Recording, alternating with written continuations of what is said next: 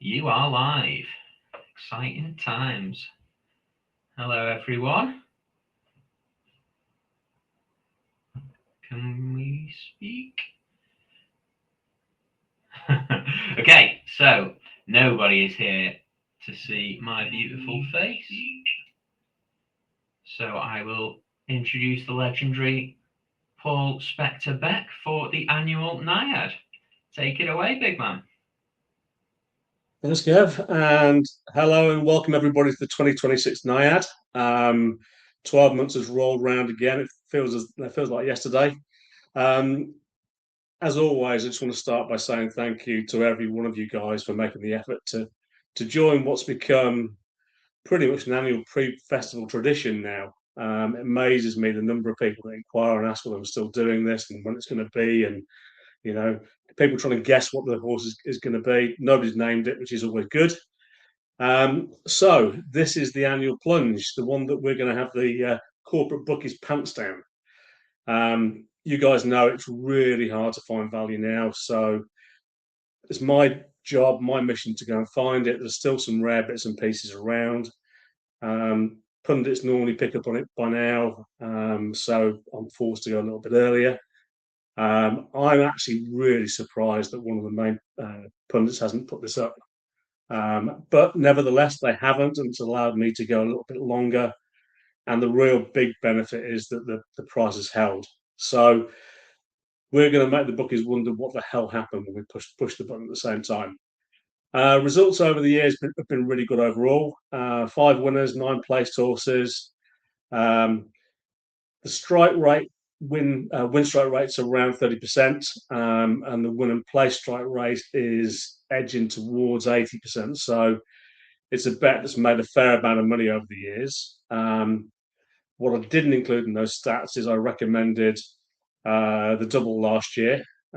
First time I've done that, and that came in at best price of 166 to 1.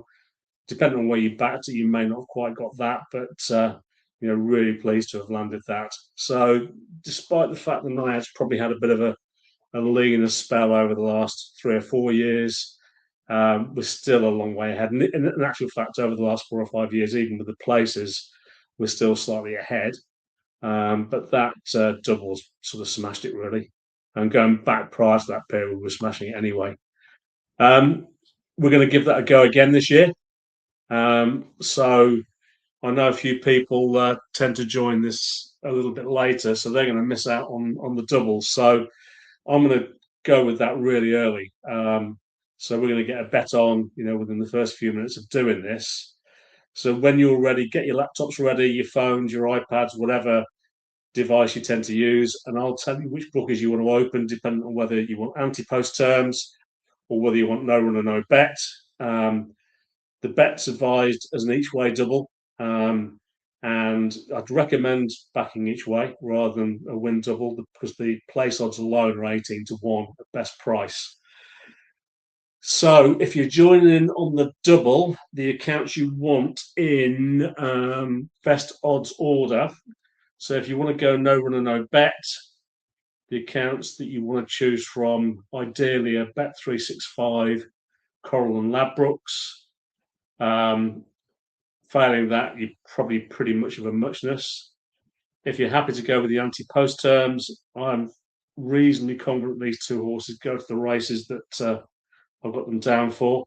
Best price is 365. Very closely followed by Paddy Power, Betfair Sportsbook, and Betfair. And I've also done BetMGM, given last year I'm determined to take that money back off them. So I've backed this 3 times in actual fact. So when you're ready, the first race you want to load up is the plate on Monday.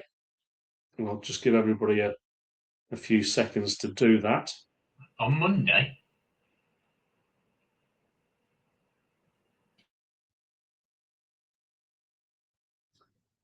Okay, I'm going to assume that you're in the plate now and you want to scroll down to Donica, the horse that won at trials meeting, beat Jaguar.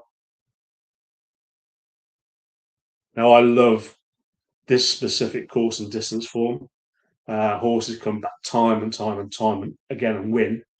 Jag was slated for the Ultima, also they've said after today's announcement that Oroco's going to the Ultima, then there may be a bit of a switcheroo.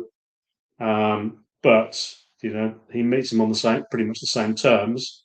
You'd say that the two of them would be very closely matched, and I would suggest that most people on this podcast, if Jaguar was going for the plate, I reckon pretty much all of us to a man would have backed him. So Donica for me is a moral bet. Okay, the second horse you want in the double, you need to go to Thursday and you need to open up the Kim Muir.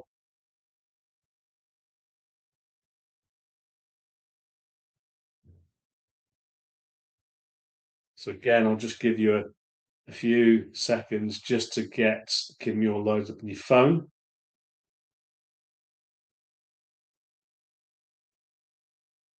And the horse you're looking for the second leg of the double is Heracles Westwood.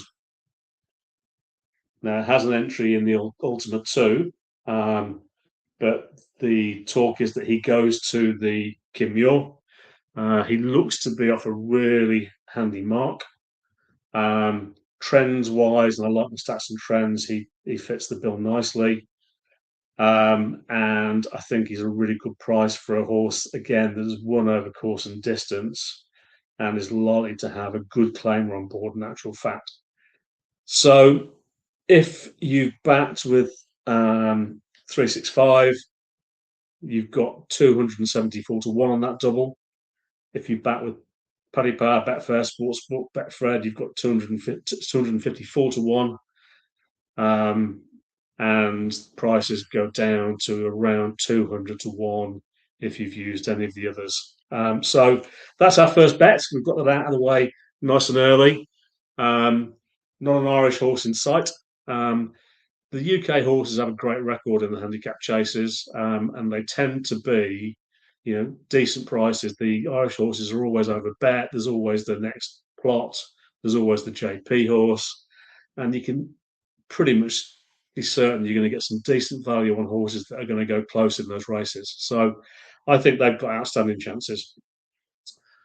Okay, so the main reason everybody's here this evening, most of you guys know how the night came about, so I'm not going to repeat the full story. So I'll just quickly summarise for those people that are new onto this podcast this year. The bet's been going since 2008, and it's named after Naiad Cheltenham, which was trained by the late great Ferdy Murphy, somebody who I happen to know really well. And Naiad Cheltenham won the Coral Cup.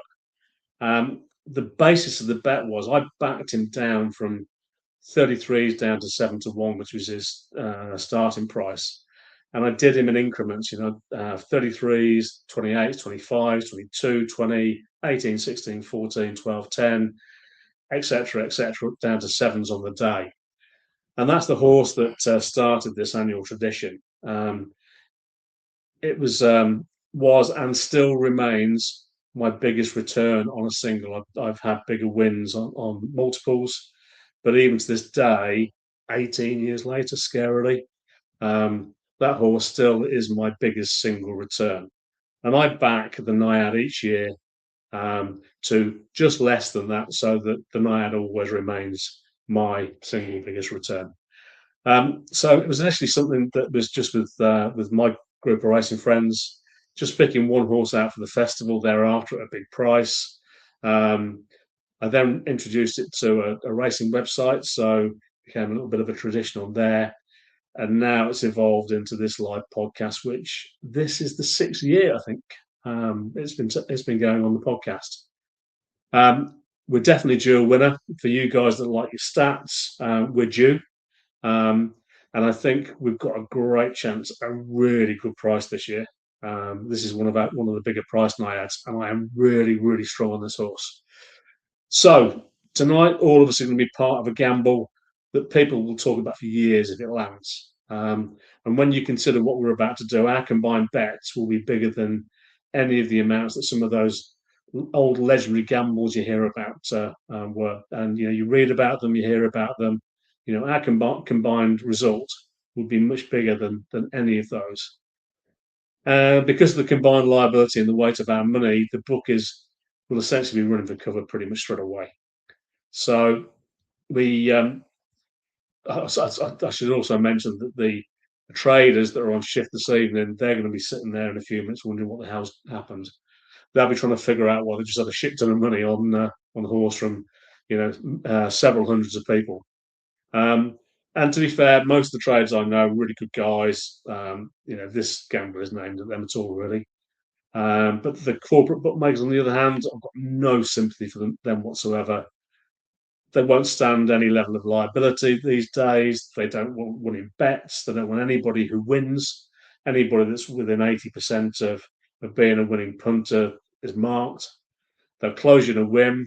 I mean, basically, they're not bookmakers these days. These days, they're just corporate souls entities that are run by algorithms. And essentially, if you want to bookmaker, you've got to go to the rails. Those guys will still stand you a proper bet, or most of them will. And there's some really good guys amongst them too. And I have my regulars at Cheltenham, and I'll continue to do so. I'll go and have a couple of big cash bets while I'm there with the same guys. So the other thing that I point out, it's really difficult now to get bets down on this specifically without moving the price. I'm getting to the point now where I'm having to spread my Naiad bets over every account I can lay my hands on, and I've got to keep backing them in smaller cumulative amounts over a longer period to get my returns. Usually in the past, I've needed 4 or 5 days to do that, but smaller amounts are starting to move markets, so I'm being even more careful, and I'm adding those bets each day, smaller bets over a longer period. But as I say, the good news is the price has held. Okay, so before we actually name and kick off with the name of the Naiad, the basis of the selection is that the Naiad has to have a really good chance of winning. It's the right kind of profile for the chosen race. I can really stand up with what I'm about to say to you in terms of my rationale of why I believe it will win. I do recommend it as an each way bet because the fallback is that I expect the horse to at least place. And, that has happened in the vast majority of years at the very least. Also, the horse is aimed at the race. And, I'm in the position that I'm happy to advise backing this under anti-post terms.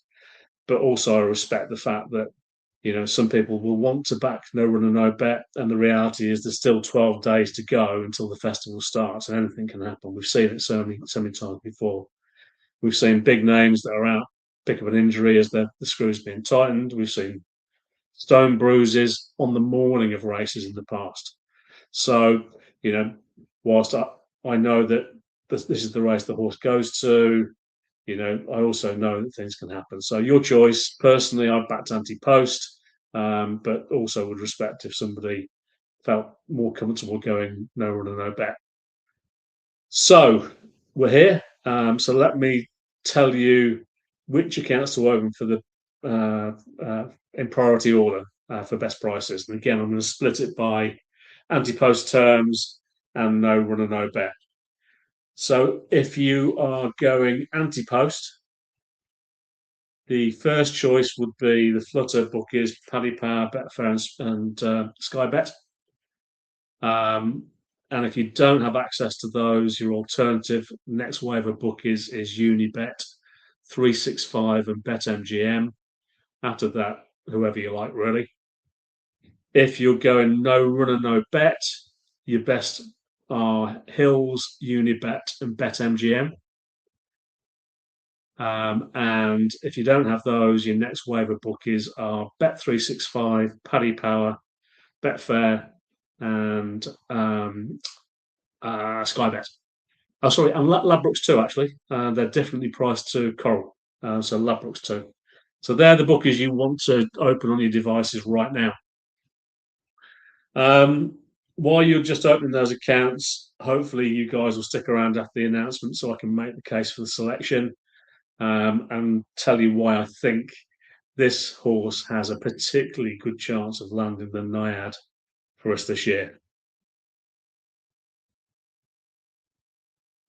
Okay, I'm mindful of the fact that some of you might have already backed the horse. So if you have, perhaps just have a top up on your bet.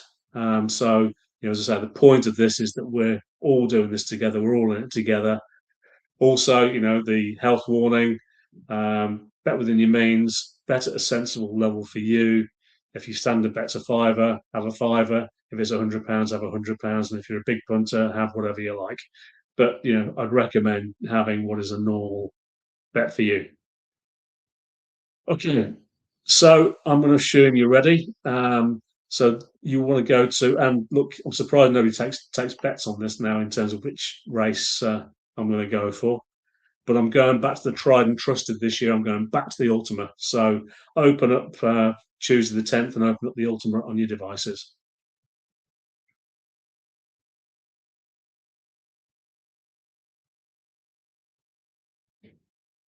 So again, I'll just give you a few seconds more to get that loaded up and ready.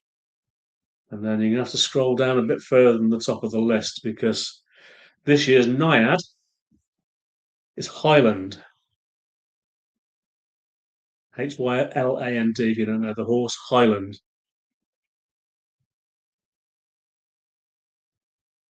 Now the great thing here is we're on at really good odds. If you've got the right bookmakers and you are going at anti-post terms, we're starting this gamble from 33 to 1. There's not many we've been able to put up at that kind of price. And my guess is that most of you, worst case, are on at 25s now. If you have the wrong bookies or only access to maybe one, you should be on at least at 20 to 1. So, this is a big price horse. Now, we have to consider that most big price horses, when we make a case for them, have flaws. They come with flaws and risks and so on and so forth. But I'll be honest with you, Highland, I think not so. I actually really, really like this horse. Few sort of stats and trends on the way through. 15 of the last 18 winners of the Ultima were either novices or second season chasers. Highland's a second season chaser, so he fits the bill. And in the last 12 Ultimas, 5 of the last 12 winners ran in the Hennessy or the Coral Gold Cup or whatever it's called this year. 6 of the remaining were novices, and the only outlier from that stat was Vintage Clouds, and he'd previously been second in the Ultima to actually another Henderson horse, Beware the Bear. And Beware the Bear actually came via the Hennessy, so there's a nice little loop there. Highland ran in the Hennessy and Coral Gold Cup this season. He was hampered at a bad time and had to be ridden out to get back into position. Probably did too much there. James Bowen probably did a bit too much on him to get him there that he didn't quite last home. But that was very specifically those circumstances. His profile stands up. He stays and sees out races perfectly well. It's easy to see if you look at his profile, look at his races. And I think crucially what he does and is really important for the Ultimate is he travels really well his races. He's usually able to sort of move into contention smoothly and then see the race out strongly. So we talked about those coming from the Coral Gold Cup, the Hennessy. The other distinct batch of horses are the novices, and there's only really 3 that I could make half a case for this year, if I'm really honest. Most of the novices that are entered, connections have already stated that they go somewhere else. And it left me really with a short list to consider. First one was Quebecois of Nichols, and I know that's been quite popular because of the way it's been campaigned and the fact that they've clearly been doing some mark management there. But I have a real concern that this horse has never run over 3 miles before, and he's going to go into this race run at a furious pace. He really just would not be for me. It's the wrong race for him. He should be running in the plate. And if he was running in the plate, I'd actually be interested in him, but I'm not interested in him for this race. Western Knight has become a little bit of a talking horse because of the route that the Tizzards have taken with him, and a bit of a tried and trusted route with him, I guess. But he hasn't got the class of the other runners. He doesn't look, as well treated. I can't say he's exposed. I think there's room in his mark, but there's got to be more than just a bit of room in his mark. And as I say, I don't think he's got the class of the previous Tizard runners that have run well in this. Changing Man would be the obvious one. Oscar and Leet was the other one that springs to mind. So whilst they've come that route, I don't think the record matches up to those two horses. The one that I would perhaps have a saver on and does retain interest from me is Blaze the Way. People say he can't win it because he's Irish, and that's just nonsense, really. That's the one stat that I would take no notice of whatsoever. And it's going to get broken at some time. But I actually think he wants, ironically, a bit of a stiffer test than this. I think he would be much better suited by the Kinmuir. I think the stiffer new course would suit him down to the ground. He's a horse that's going to stay on, but I suspect that he may be staying on a little bit too late. There are quicker horses than him that also stay, and whilst I see him running on at the end, unless they've gone too quick at the front, I think he's one that's going to run on into the places. He fits that kind of profile for me, but he is worth that sort of each way saver in my mind. Back to Highland. Highland's best RPRs over this trip, and that's a stat that's really important to me. Plus his best seasonal RPR was last time, and that RPR was £7 ahead of his official rating. And I think the other thing that's really convenient is he's dropped £4 in the handicap this season, and coming off the back of a really nice run last time, he just looks like a seriously well handicapped horse to me. All the cross form with the other contenders in the race has him ahead of them off his current mark, and there's several of them. He's won over the old course, over course and distance twice over fences from 3 runs. He's also won over hurdles on the old course. He absolutely loves it at Cheltenham, and specifically at the old course. The sharper old course seems to really suit him, and he eats up that hill at the end of his races. I would say the new course wouldn't necessarily be the same for him. His first time running the old course over course and distance, he beat Resplendent Grey, giving him £3. Resplendent Grey is a 153 horse, so you can see he's clearly ahead of him from his current mark. The second time he won at the old course, he beat Transmission, who's currently rated 137, by 16 lengths, giving him £5. In real money, off level weights, that's high 150s. With regards to his quality, the race I'd use to evidence that is when he was second in the Cato Star to the Jukebox Man. The Jukebox Man is 168, is amongst the favourites for the Gold Cup, and I think there's a lot of people on here that actually really fancy the Jukebox Man for the Gold Cup. And just to sort of add some weight to that form, so it's not a one-off, in third place, behind Highland, was Masaccio, who's rated 150 now, and he was beaten 16 lengths off level weights in third. So there's a whole bunch of other stuff I could go through and I could highlight, but those alone should give you some idea of the quality of this horse on his day. He's coming here fresh. Henderson's freshened him up. He's given him an 80-day break coming here. Given Iroko now runs, he's going to carry bang on 11 stone. That's right in the sweet spot for winners. He ideally wants good to soft ground, and the forecast has come good, suggesting that we're likely to get that ground now.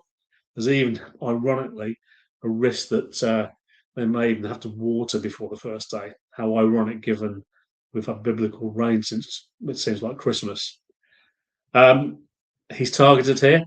I suspect they might have targeted a run in the National this year, but he won't get in. His mark isn't there, so he's going to be cherry ripe on the day. This is his target now, and Henderson will have him here absolutely spot on. Age profile spot on. Um, 8 and 9 year olds generally.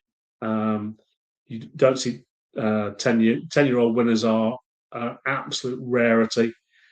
7-year-old we've had recently in Chianti Classico, but I just don't see a horse of his profile in the race this year at all. I don't see that happening.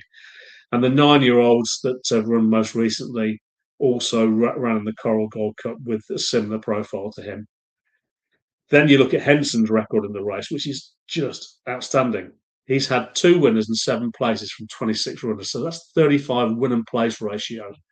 In a festival handicap, that is just unbelievable. And I had a brief look, and there were several no hopers in there. Horses like Pim that you wouldn't use your kids' pocket money on. Do you know what I mean? It's just there's been so many horses that he's running there that you just would never have had.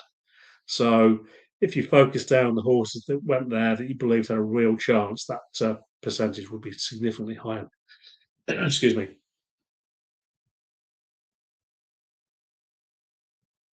So talking about the novices, as I've said, I'm happy to pass on the novices this year. Nothing really stands out, and most are said to be going elsewhere. As I said, I think Blaze the Way is the one that I'd be most interested in of those.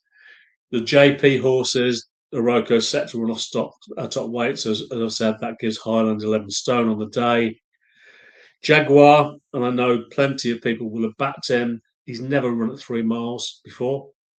And whilst he's got plenty of Cheltenham form, I'm not convinced he's really beaten anything in note either. And he's now 152. You know, I've looked back at those races that he's won, and where would I've had those horses that he's beaten in this race? You know, it's not exactly a stellar cast that he's been beating. I think he's been beating up on easy races, frankly, and he's been beaten in some of them. So, you know, 152 is now starting to get to the sort of point where you wouldn't be confident, and particularly when he's not running the trip. The other JP horse, Johnny Who, maybe he'll bypass if both Oroco and Jaguar come here. I wouldn't discount him. I think he probably wants a stiffer extended 3 miles than this. He was second in the Kim Muir last year, and I think they would probably have preferred to have gone that way, but you know, marks prevent that. Presumably, he's not getting Mark Walsh either, so he'll have John Joe O'Neill Jr. You'd want Mark Walsh really, ideally. But if he ran in the ultimate, I respect his chance. I think, you know, again, he's one that, you know, because of his run style, possibly runs on into a place. Then you've got the horses that ran at Kempton last year. Most, I thought, had a hard race and wouldn't be good enough, even so. 2 that would interest me are Deep Cave. Deep Cave made a really bad mistake early on last Saturday. Race-ending mistake. He also lost a shoe, and as a consequence, he wasn't really given a hard race. So I think there's a possibility he could turn up here now. It may well be that Christian decides to just freshen him up and save him for entry. His mark's just about workable, I think, and he wouldn't be without a chance if he turns up. But again, I would see him more of a place prospect. Look Away was really impressive. He would fit the bill for me, actually. You know, if that race had been a couple of weeks earlier, I would perhaps be very, very nervous of taking Look Away on. You know, in fact, I'd go as far as saying I would probably have a decent bet on Look Away for the Ultima if that performance had shown up a little bit earlier in the season. It's hard to back up so soon after Kempton. It's not impossible, and he has run back to back a couple of times earlier in his career, so it is possible they may try and turn up with him. To say, you know, I do respect his chances. Then you get into the sort of rest of the sort of second season lightly raced horses. Most you can discount. There's not good enough. Others, connections have already said that they're going to go somewhere else. So not many really to focus on. Peaky Boy turned up at Newcastle last weekend after a year off. He's a nice horse. He looks still well handicapped. He fell early on, so there's no reason to think that he might bounce. But given all of that time out, he's got something to prove. You couldn't back him. He's not a betting prospect for me. He may be capable of springing a surprise, but he's not a betting proposition. There may be one or two put him up in these previews, but surely they could find more solid chances. Gold Dancer's in there for Willie at 25-1, but all his performances and his best RPRs were over shorter trips. It's really not the race for him, I don't think. And I would hope and presume he goes to the Jack Richards. Confusion, I've heard a lot of people talking about him. I think he might become a bit of a smart guy horse. He's been progressive. His RPR stats will give him a chance. I can see him being a bit of a springer in the market in the immediate lead up or even on the day. But for me, all his improved form has come on flat tracks, and I'm not sure that Cheltenham's really going to suit him. He's not been there. You like a horse to have been to Cheltenham and dealt with the unique undulations and the speed of the races. He's not been there. As I say, his improved form has not come on flat track, so he wouldn't be one for me. And also, his winning run stopped last time with his revised mark, and I think it was the Peter Marsh. It was the Peter Marsh, and Richmond Lake kind of holds the form down of that race. Richmond Lake is a pretty exposed horse now, and the horses around him, you would suggest that there perhaps wouldn't be too much more in their marks either. So the four that I think are possibly the bigger risks, the bigger threats, the obvious one that I haven't mentioned, Naiad, last year's winner. He's the very obvious one. He's certainly capable of winning, but he comes with a health warning now, really. Firstly, his jumping has started to fall apart at times this season. This isn't the place for horses whose jumping falls apart. And he just hasn't looked the same horse this season. You can't say he's run really, well, you could say he ran really badly last time, actually, he was pulled up. But the other times, you can't say he's run really badly, it's the mistakes. But look, I guess you combine that with the fact that he's not thrown in like he was last year. He's £15 higher. You can perhaps draw comparisons to one of the same stables horses, Coral Rambler. Coral Rambler was only £6 higher when he doubled up, not £15 higher. And Coral Rambler actually, when he won the second time, was rated £2 lower than Naiad. And on all known form, and the way I look at form, Coral Rambler is just a much better horse, and there were no health warnings. So I won't be backing Naiad this time around, but I do respect the record of Lucinda Russell in the race. She's got an outstanding record in the race, none better really. Can't ignore that, but I think that record's about to come to an end.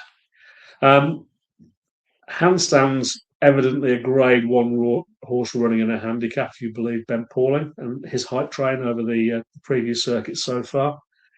But really, overall, his balance of form is very similar to Resplendent Grey. And on their meetings, you have him a couple of pounds better than Resplendent Grey and nothing more. He's good enough to place, maybe. He's going to carry a lot of weight, but I don't see him winning. And the big thing for me with him is that his best RPRs again have all come over 2.5 miles.